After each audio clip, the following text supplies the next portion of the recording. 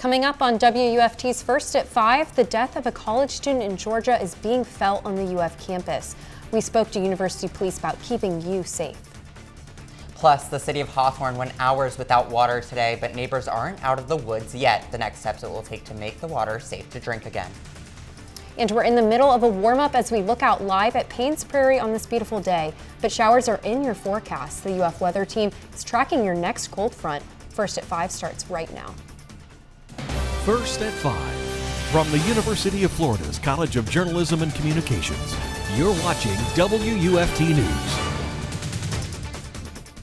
The murder of a student near the University of Georgia is renewing safety concerns for UF. This is First at 5. I'm Teitel. And I'm Bailey Korinek. The nursing student was killed while jogging on campus. WUFT's Kirsten Maselka spoke with UPD about the anxiety local students are feeling while on campus. Right now, 26-year-old Jose Ibarra is in a Georgia jail for the killing of 22-year-old Laken Riley. Detectives say Riley was doing the same as many here on the UF campus do every day, go for a morning jog. Her death is worrying some members of the community about safety while on campus.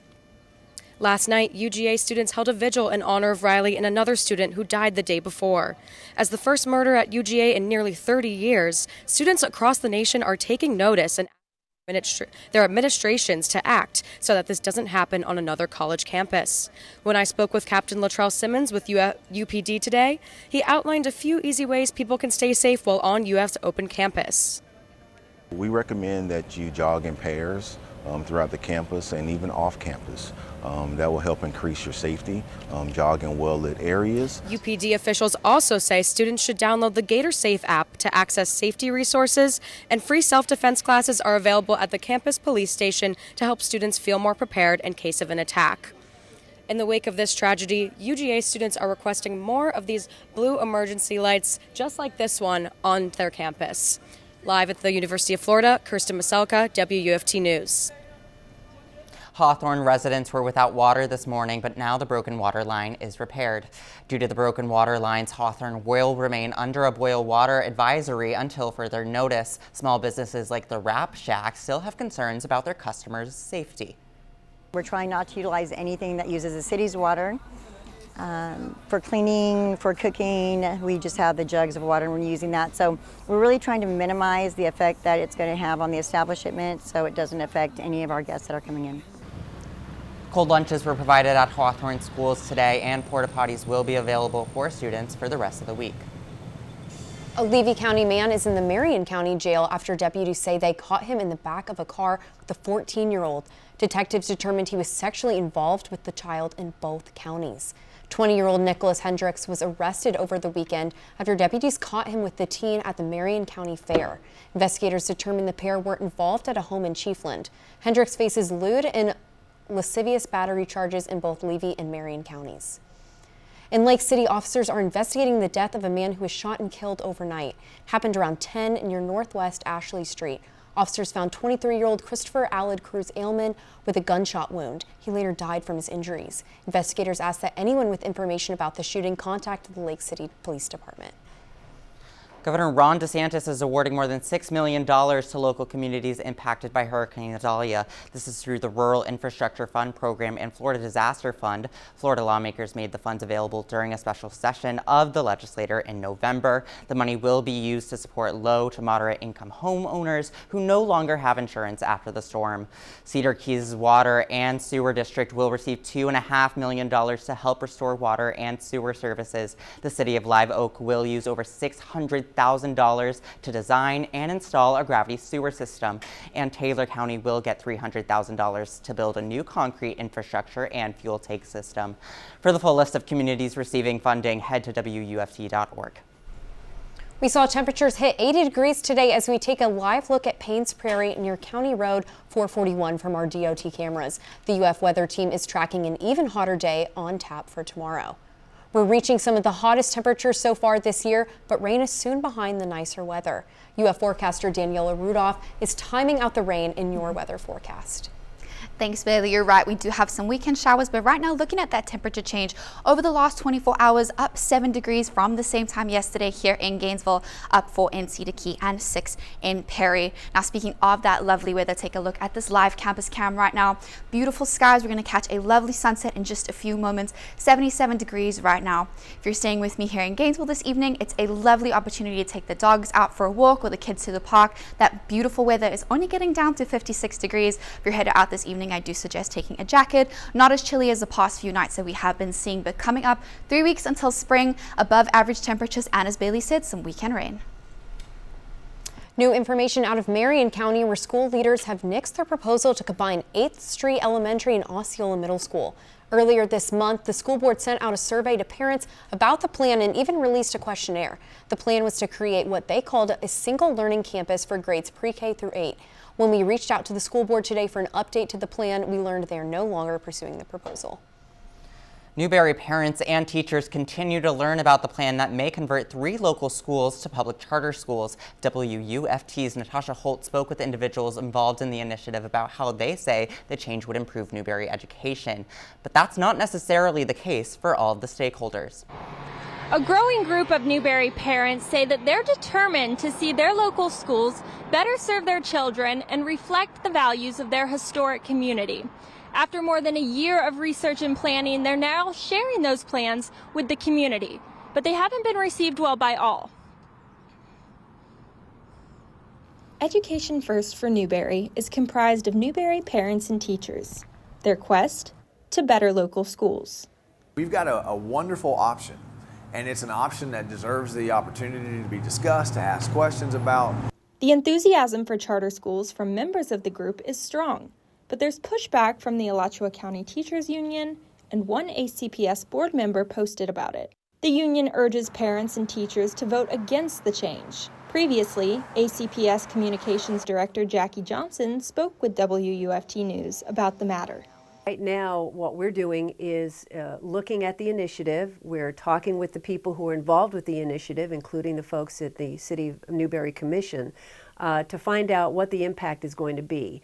Newberry Mayor and school teacher Jordan Marlowe supports the initiative. I see this as a real way for everybody to work together, and if we're putting our kids' needs first, then that's really what we should be doing. How can the school board help these parents? If this is what the community wants to do, the City of Newberry stands ready to support the community.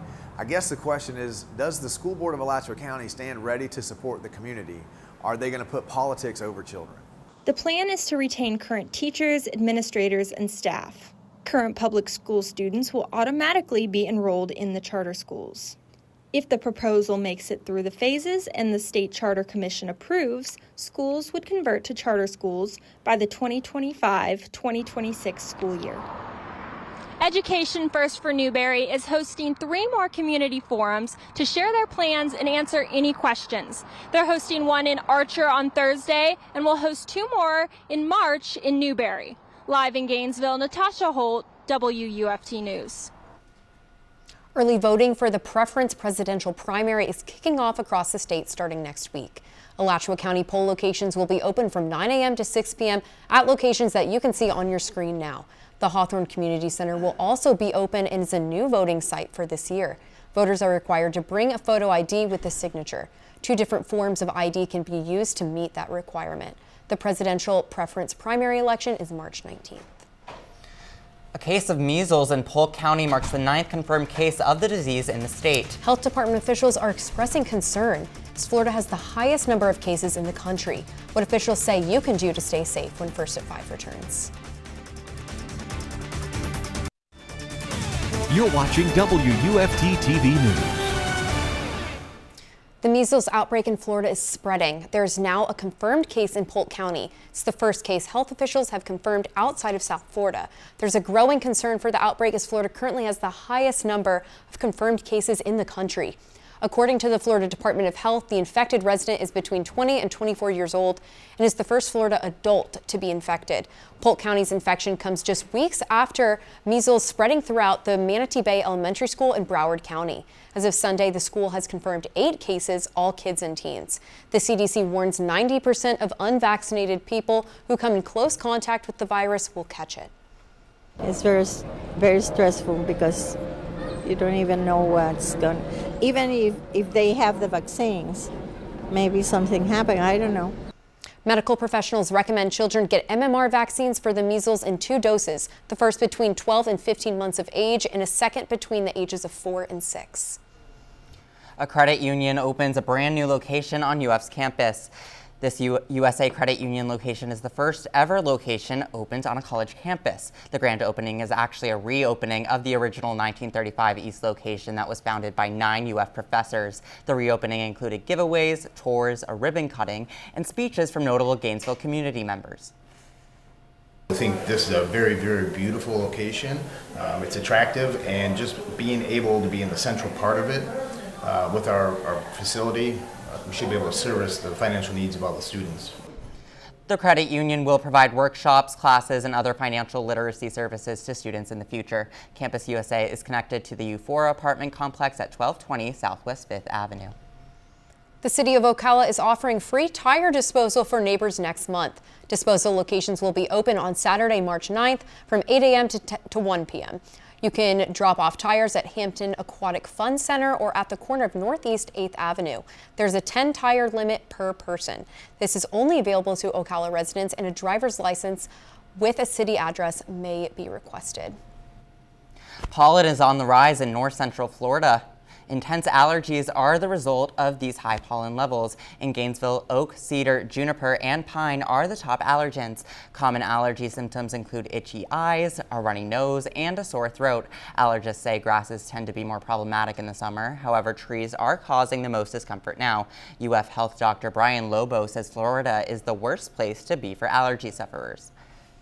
We're at the confluence of probably one of the worst places for allergens. You've got all of the great vegetation from southern Georgia and all of the warmth, all of the sunshine, all of the positive growing conditions of Florida. Lobo says your best bet is avoiding pollen altogether. He suggests investing in home air filters, cleaning your outdoor pets, and purchasing a neti pot. Take a look at this week's allergy index, folks. Luckily for you, we do have some relief coming this weekend with those weekend showers. I'll be timing that out on the other side of the break. You're watching WUFT-TV News.